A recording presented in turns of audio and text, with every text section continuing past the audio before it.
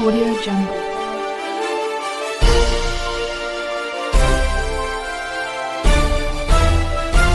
Audio Jungle.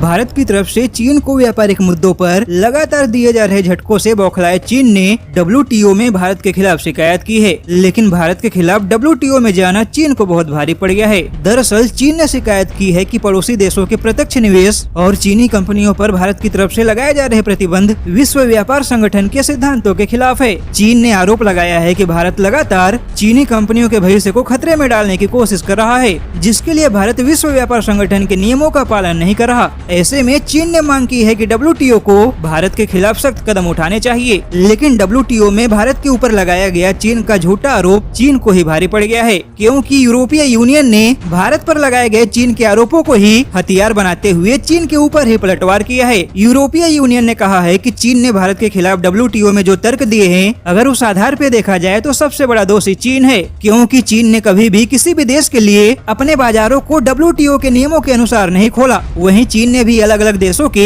कई सारे digital कंपनियों पर अपने देश के अंदर प्रतिबंध लगा के रखा है। तो ऐसे में क्या चीन का यह कदम WTO के नियमों का उल्लंघन नहीं है? वहीं यूरोपियन मीडिया का कहना है कि चीन को किसी भी मुद्दे पर WTO में जाने का अधिकार नहीं है, क्योंकि चीन ने कभी भी किसी भी देश को अपने देश के अंदर स्वतंत्र व्यापार करने की अनुमति नहीं दी। लेकिन तब दुनिया ने चीन की इन बातों पर ध्यान नहीं दिया, पर अब हालात पूरी तरह से बदल चुके हैं। ऐसे में देखा जाए तो चीन भले ही विश्व व्यापार संगठन में भारत की घेराबंदी करने गया था, लेकिन अब दुनिया के बाकी देशों ने खुद चीन के ऊपर ही सवाल खड़े कर दिए हैं। ऐसे में चीन को विश्व व्यापार संगठन के अंदर भी भारत के खिलाफ कोई समर्थन नहीं मिला है। हालांकि भारत ने WTO के अंदर चीन को करारा जवाब देते हुए कहा है कि चीनी एप्स और चीनी कंपनियों पर लगाया गया प्रतिबंध किसी भी तरह से WTO के नियमों का उल्लंघन नहीं करते, क्योंकि चीनी कंपनियों ने या तो काम ठीक से नहीं किया या फिर चीनी कंपनियों की गतिविधियां शक के दायरे में थी। ऐसे में अपने नागरिकों की गोपनीयता की सुरक्षा के लिए चीनी कंपनियों के खिलाफ भारत का उठाया गया कदम पूरी तरह से WTO के नियमों के दायरे में ही आता है। हालांकि WTO के अंदर भारत के दलीलों के आगे चीन की एक भी ना चली और अब चीन विश्व व्यापार संगठन में भी भारत के आगे चारों खाने चित हो गया है।